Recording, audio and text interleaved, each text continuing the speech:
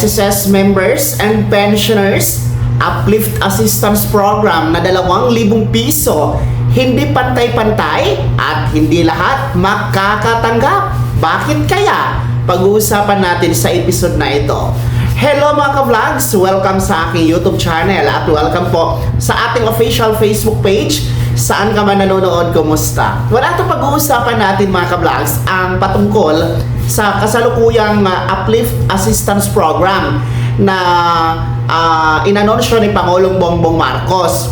Dahil ito po ay magbibigay ng 2,000 piso na buwanang assistance mula ngayon July hanggang December 2026. Well, para ito sa ating mga miyembro ni SSS. Ito kasing uplift assistance program na 2,000 piso mga ka-vlogs ay nahati ito sa 3 grupo. Una nga para sa ating mga benepisyaryo ng 4-piece at walang gutom program ni DSWD.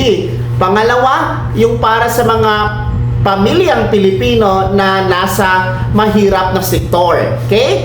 And itong pangatlo na grupo ay kabilang nga kayo, mga SSS members and pensioners. Pero alam nyo ba, hindi lahat ng mga miyembro at pensionado ng SSS ang kasama dito sa 2,000 piso na buwanang uplift assistance program from July to December 2026. Sa makatwid, pinipili po mga ka-vlogs. Sa makatwid, hindi po pantay-pantay at para lamang ito sa mga pasok sa criteria o eligible na mga SSS members. Well, tukuyin muna natin yung criteria paano maging eligible, paano maging pasok kayo dito sa 2,000 piso na uplift assistance program. Well, ang criteria na ito mga ka-vlogs ay inilabas mismo ng DSWD, no?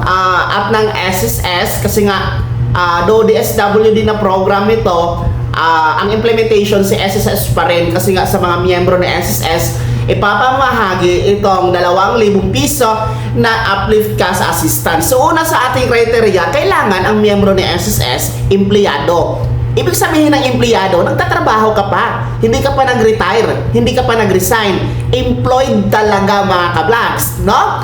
So hindi kasama dito yung ating mga self-employed, no? Yung mga voluntary employed, no? Hindi kasama kasi employed. Ibig sabihin yan, may kumpanya ka na pinagtatrabahuan, meron kang employer. Yun yung ibig sabihin ng employed status. Well, pangalawa, karugtong sa pagiging empleyado, kailangan po natukoy ang inyong pangalan o napasama kayo sa isinagawang Community-Based Monitoring System or CBMS ng Philippine Statistics Authority or PSA na ginawa noong taon 2024.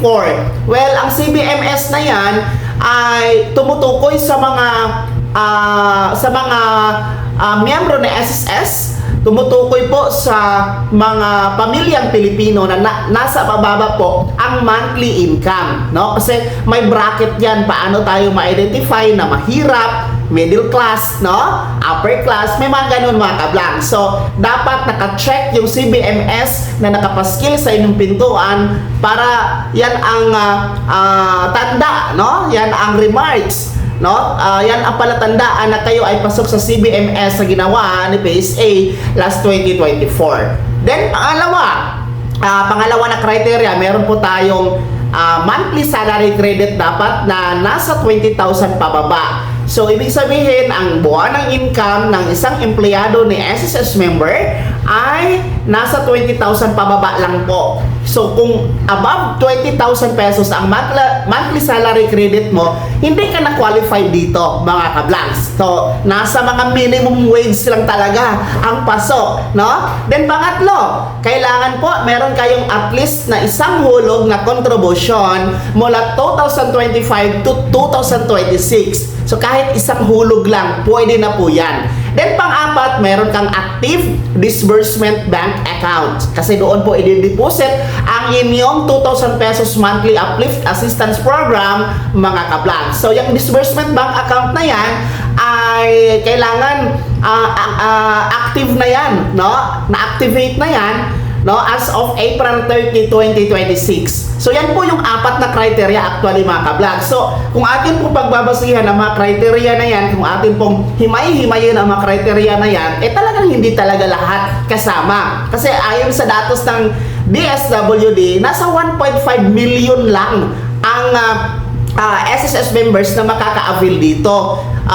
Ilan na ba ang miyembro ni SSS ngayon? I think nasa more than 40 million po tayo na miyembro ni SSS. So, biruin mo, 1.5 million lang ang kasama. So, halos 3/4 hindi kasama dito. Kaya, kayo na hindi kasama, wag na kayong magdamdam kasi may criteria po talaga yan kung hindi kayo pasok dyan. So, sana man lang, no, ginawang pantay-pantay. Kung mamamahagi man, sana ginawang pantay-pantay kasi lahat naman tayo kumakain. Lahat naman tayo, kailangan natin ang 2,000 piso na yan. Kahit pa paano, malaking tulong sa ating pangangailangan. Ganun talaga may pinipili. So, hindi natin yan maiiwasan. Kaya, ang mga eligible dito, makakatanggap kayo ng text message from SSS na nagsasabing kayo ay qualified, eligible sa uplift cash assistance. Pero mag-ingat dahil meron ngayong mga naglilipana na mga text scam. No? Siguraduhin nyo na ang number ay si SSS ang nag-text sa inyo or nag-email. Dahil baka kayo hihingan ng pera kapalit ng inyong 2,000 pesos. Walang ganun ha. Pag ganyan, scam po yan, no? Huwag nyo nang patulan, i-report nyo na lang po agad yan sa SSS, okay?